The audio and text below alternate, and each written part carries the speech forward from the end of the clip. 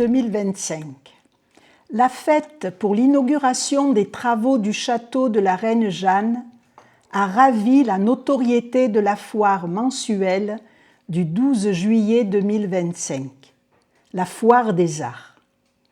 Outre les stands de forains, de producteurs locaux et quelques expositions d'œuvres d'art et performances live de graffiti sur la façade in situ d'une maison place Signy, la Foire des Arts a pris tout son sens avec le travail du bois par les deux charpentiers artistes Matteo Pellegrino et Valentin Pontarolo, qui ont œuvré à la toiture du donjon du château. «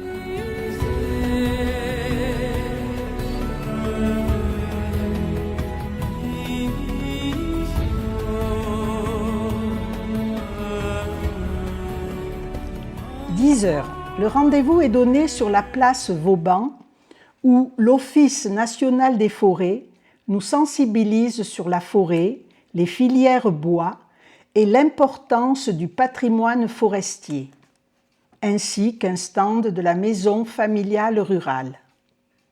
Le départ est donné par la compagnie La Petite Flambe, joyeuse troupe de troubadours, musiciens et danseurs, précédée par le porte-drapeau et 2 gardes.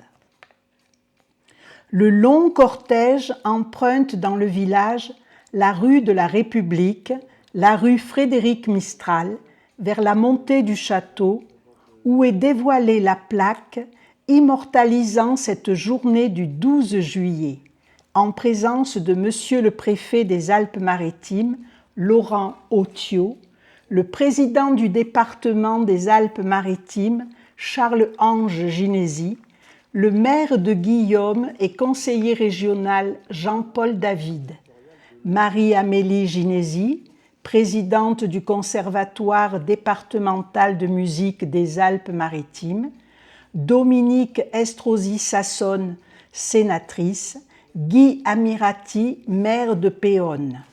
Le directeur général de l'Office national des forêts, Hervé Ouin, qui a cédé la parole au responsable territorial, Florent Battiston, en charge de ces travaux d'aménagement du sentier d'interprétation du château de la Reine Jeanne et des travaux de la toiture du donjon du château.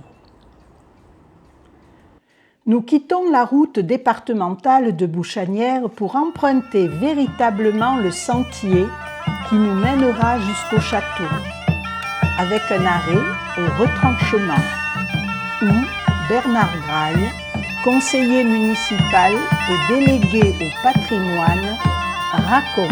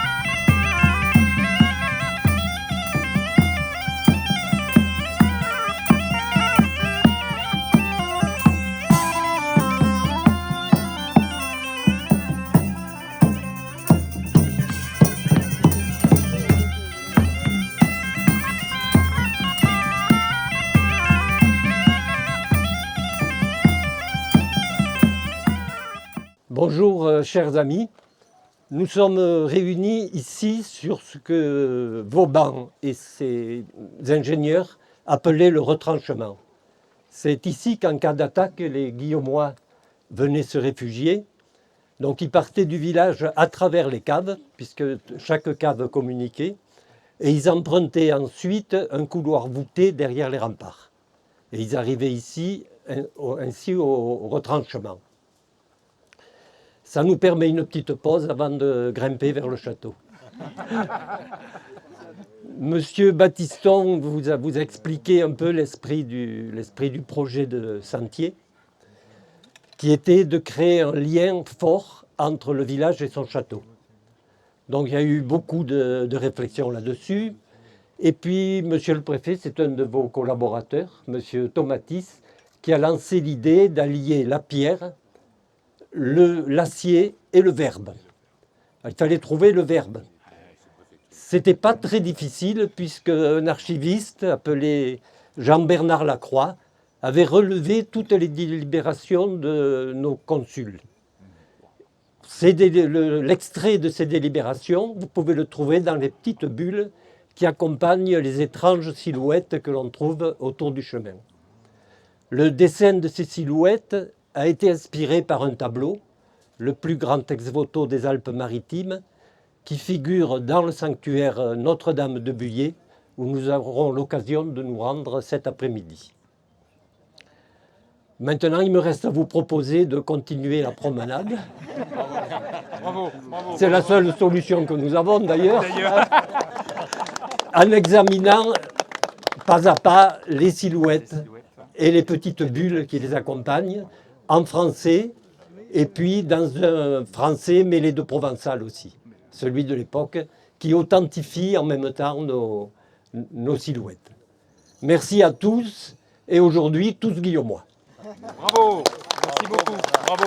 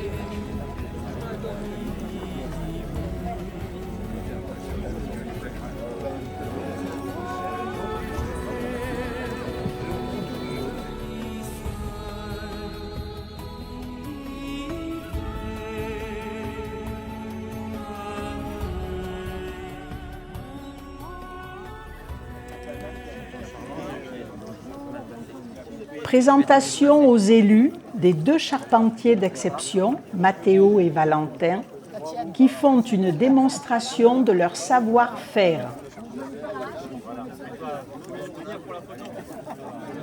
Oh là là, mais ça va être pas l'interpréter, ça. Oh là là. Attention. Il n'y a personne en dessous. Dominique, te donner le bonnet à poil. Mais bien avant. Oui, c'est ça. Bien avant, Dominique. Vas-y, je peux le prendre l'autre, ça. Oui, mais ça avance pas vite. Non, t'as raison. Vincent, vous pouvez faire 2-3 pas en arrière si je vois pas monsieur le préfet. Sérieux. Voilà. Ah, mais monsieur le préfet, il a pris l'âge. Voilà.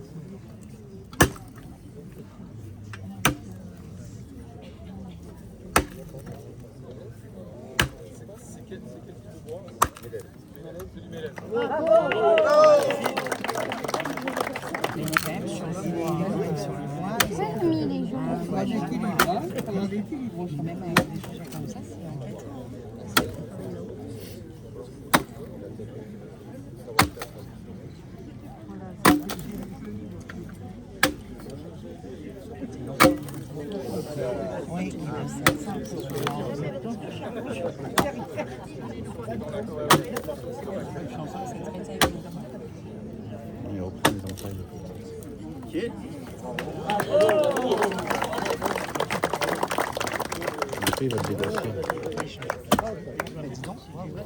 Ah, avec le petit, ouais. On appelle ça blanchir pour avoir une belle surface de contact pour les assemblages. Donc ça c'est des outils très spécifiques. Et des accès.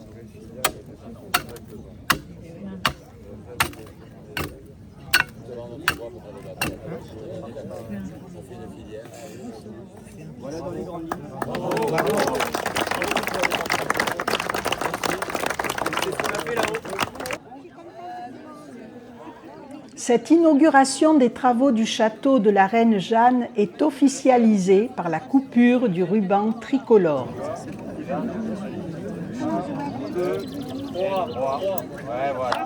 Allez, on peut applaudir ce coupé de ruban par les autorités qui célèbrent l'inauguration de ces travaux de restauration du château de la Reine Jeanne. Et nous allons pouvoir maintenant visiter ces nouveaux aménagements.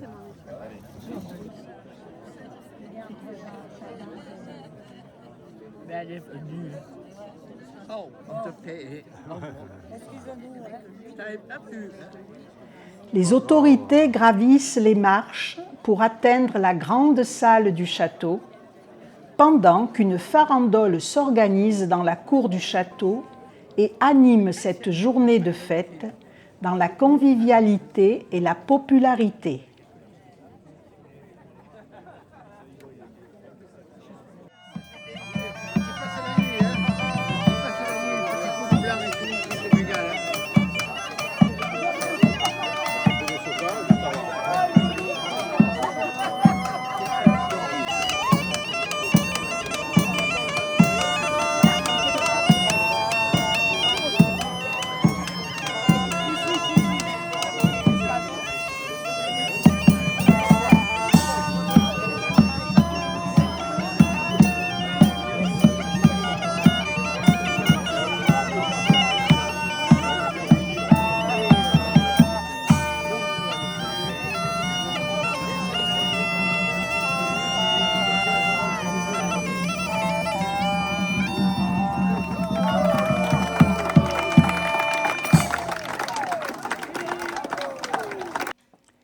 La redescente du château par le sentier et dans les rues du village par la rue des Troubadours, rue du Viguier, pour se retrouver sur la place Vauban, où dans l'église Saint-Étienne à son comble, retentissent les orgues au son du patrimoine.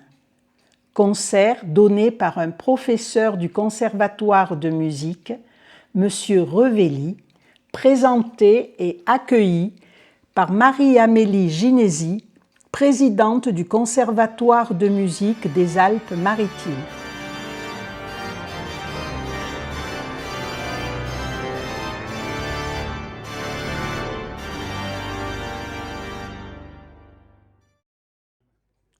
Et nous nous dirigeons vers le square AFN pour les traditionnelles allocutions. Monsieur Patrick Poirot, président des Amis du Château, ouvre la cérémonie des allocutions. Très simplement, c'est avec fierté et bonheur que nous vous accueillons ici, toutes et tous, pour la mise à l'honneur de notre château, très cher à nos cœurs, et remercie Jean-Paul David pour son soutien sans faille, pour avoir porté les dossiers à terme, avec Bernard et Jacques, les animateurs du patrimoine. Il cite « La providence, le destin ou le hasard ont permis d'entrer en contact avec la mission du patrimoine Stéphane Bern. Notre château est sauvé. » Monsieur Jean-Paul David, maire et conseiller régional, remercie Monsieur le Préfet d'avoir accepté d'être parmi nous pour cette journée d'inauguration, ainsi que toutes les autorités civiles, administratives, militaires et religieuses de leur présence et la population, avec une mention particulière à Patrick Poirot, président des Amis du Château, pour son exposé et l'organisation avec tous les bénévoles de cette journée inaugurale. Avec une pensée à Christian Nicolas, initiateur de travaux dans le logis central.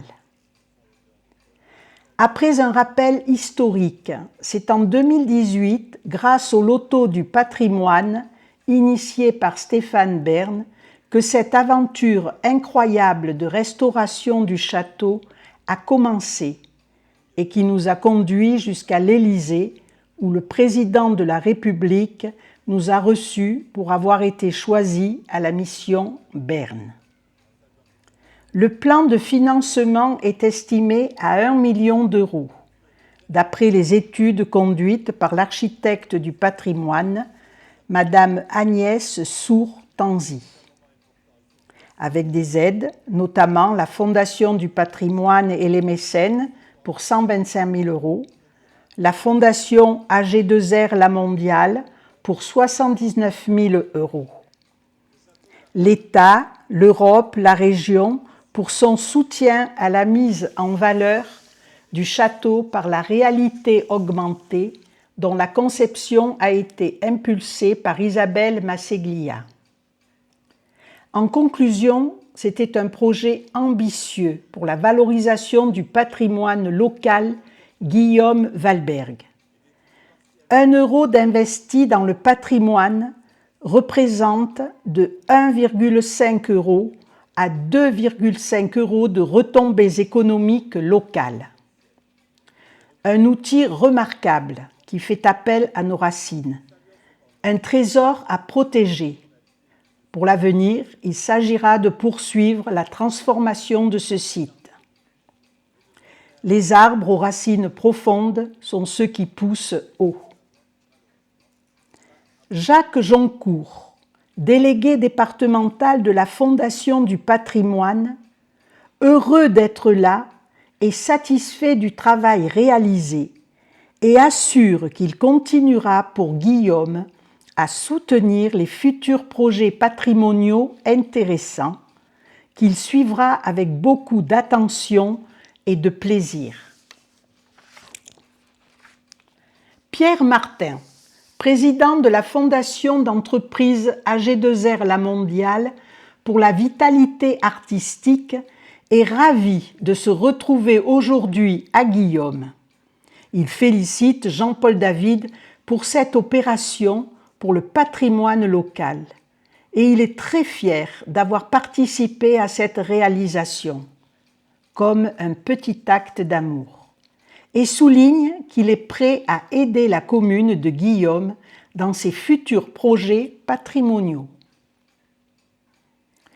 Monsieur Charles-Ange Ginésy, président du département des Alpes-Maritimes, adresse à son tour ses remerciements à Monsieur le Préfet pour sa présence, à Madame la Sénatrice, à Jean-Paul David qui représente la région, à l'ensemble des maires, à la sous-préfète Nice-Vallée-Montagne, aux délégués du patrimoine, à la Fondation AG2R La Mondiale et à la Fondation Bern.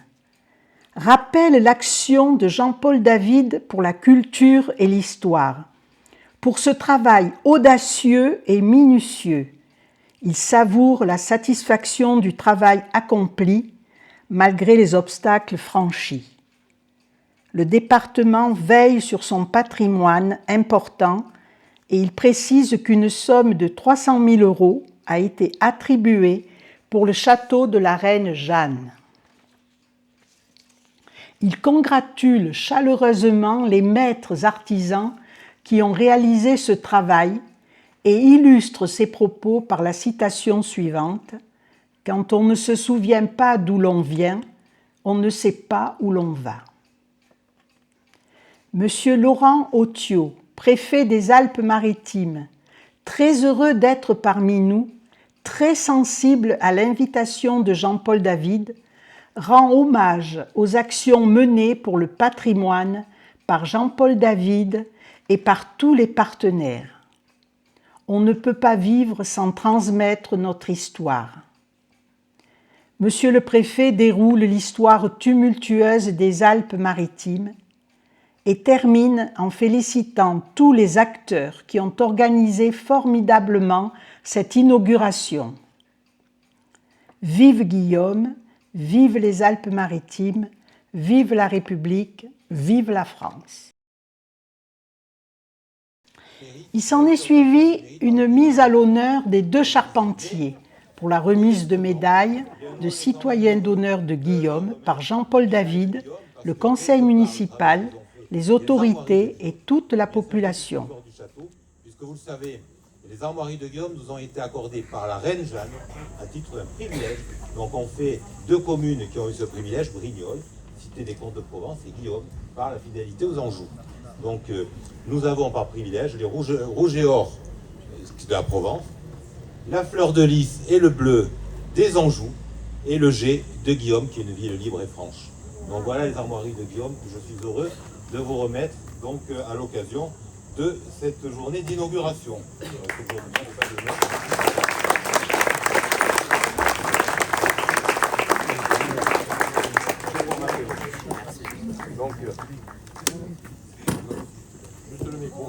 Oui, donc je le fais au nom du maire, bien sûr, du conseil municipal, de toutes les autorités, de tous les maires ici présents, où on vous remet donc cette médaille de la commune de Guillaume.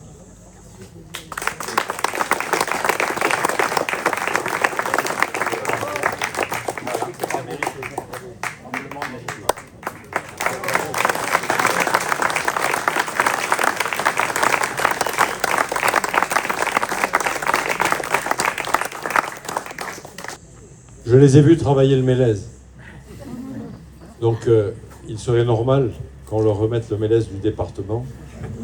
Et à double symbole, d'abord parce que vous nous avez importé un métier qui avait disparu de nos territoires. J'espère que vous allez le faire revivre, que vous avez incité bon nombre de personnes à s'y intéresser. Et j'ai eu le sentiment que c'était le cas. Donc je vous remets ce mélèze dans lequel nous avons incrusté la croix de Savoie, qui est nos origines. Il y a la fleur de lys, qui est la France et la Provence, et le palmier.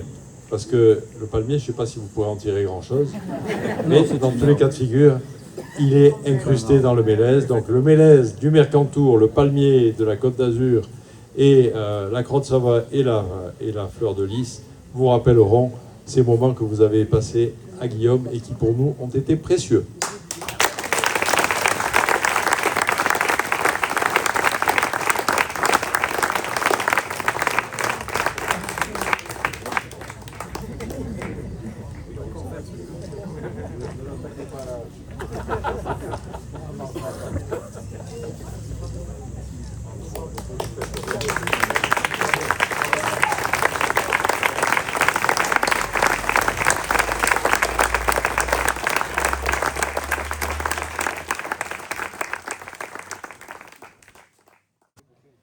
Une remise de livres, Nice historique, à Monsieur le Préfet, par Jean-Paul David, président de l'Académie à Nissart, et Monsieur Denis Andréis, secrétaire général de l'Académie à Nissart. Plaisir de vous offrir Nice historique, l'année 1860, chronique de l'annexion. Vous qui siégez maintenant, qui habitez au Palais Sardes, eh bien vous connaîtrez complètement l'histoire de cette période. Donc je suis très heureux de vous l'offrir. Voilà.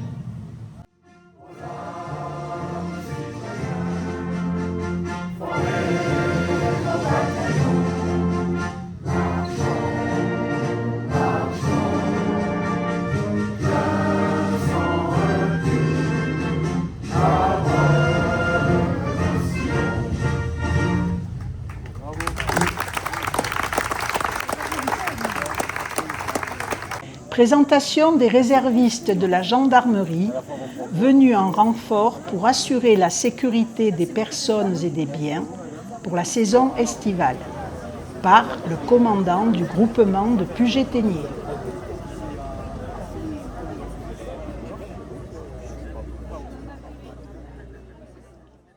Cette journée se termine en apothéose au sanctuaire Notre-Dame de Buyeil par un concert All Stars, chœur de chambre 1732, art et musique des sommets, dirigé par Bruno Habert, qui nous a proposé de nous emmener en voyage à travers les divers ciels que les pièces choisies nous ont permis de traverser. Un voyage, mais aussi une introspection sur notre propre condition d'être d'espoir, d'être d'amour, d'êtres humains avant tout. Bravo et félicitations à toutes et à tous pour cette journée.